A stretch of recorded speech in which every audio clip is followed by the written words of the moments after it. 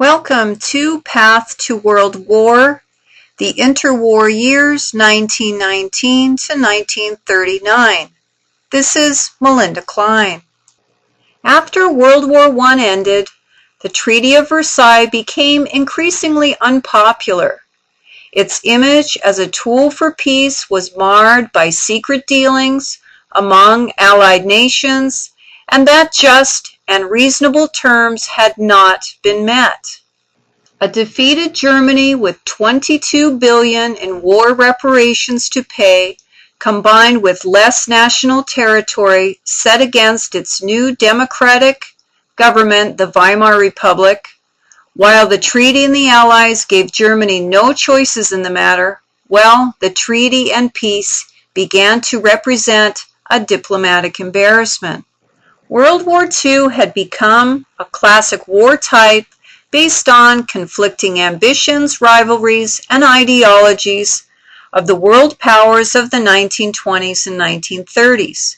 It is safe to say that no nation outside of Germany considered war as a solution. For this reason, an evaluation of German foreign policy provides the obvious major theme for any account of the origins of World War II. By the Second World War, France economically was still floundering as a post-war farmlands still lay in ruins, as most of the fighting that was done by Germany was within French territory.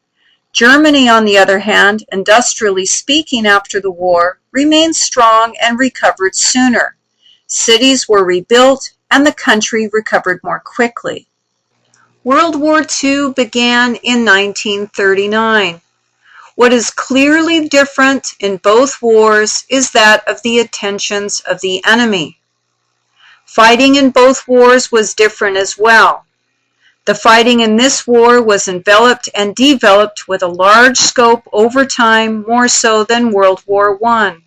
While male ego and a nation wishing to flex its military might appears in both wars, World War I contained an element of family dynamics and jealousies, as all three leading nations competing for recognition and colonial territories had a point to prove. In World War II, family dynamics was not an issue. Yes, England had a new king, as George V had died in 1936. Wilhelm II died in exile and was no longer in power in Germany by 1919, and the monarch now was a republic.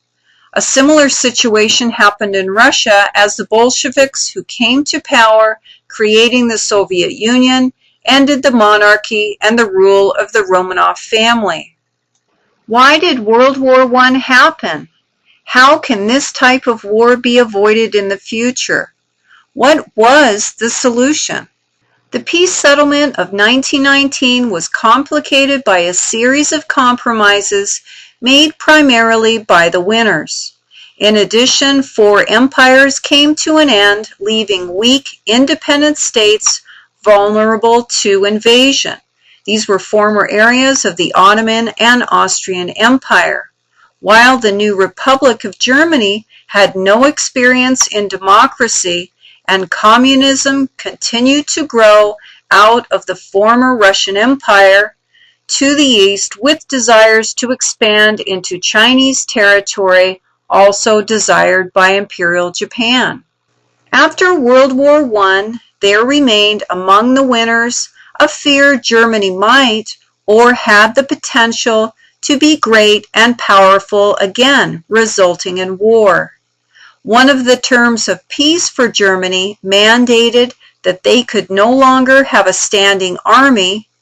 Weapons were prohibited along with their manufacture, and culturally celebrated military activities such as parades and academies for the youth were suspended.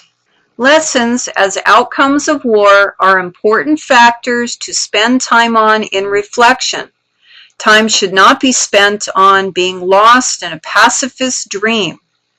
After World War I, French and British historians and politicians debated topics of discussion spending much time on trying to make sense of what happened and why, and how in the future this kind of conflict can be avoided in the first place.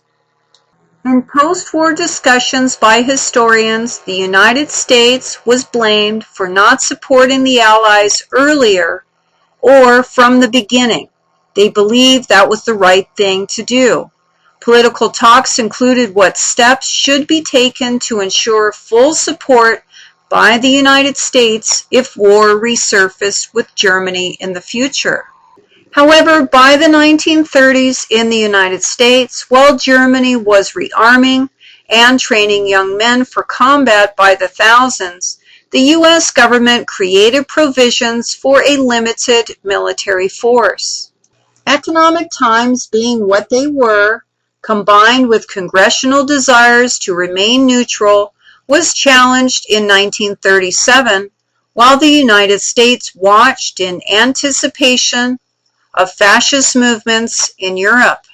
By 1931, the Japanese had already struck in northern China, and after 8 years there was no end to Japanese aggression in demands for territories and resources.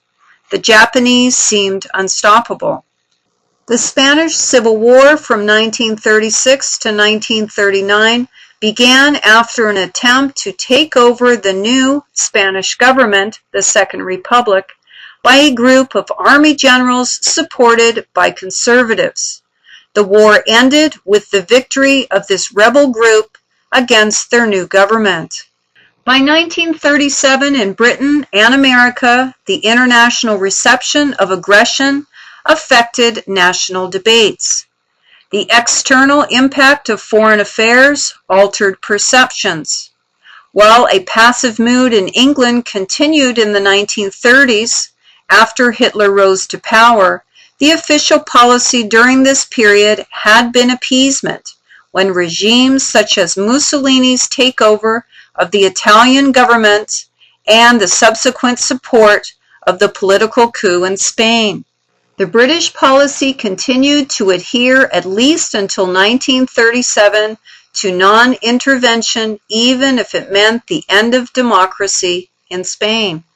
Across their history, Germans considered valor and honor to defend one's country. Thus, a military life through honor and commitment was revered and desired. After 1918, Germans could no longer pursue a military life to seek recognition and valor in service of one's country.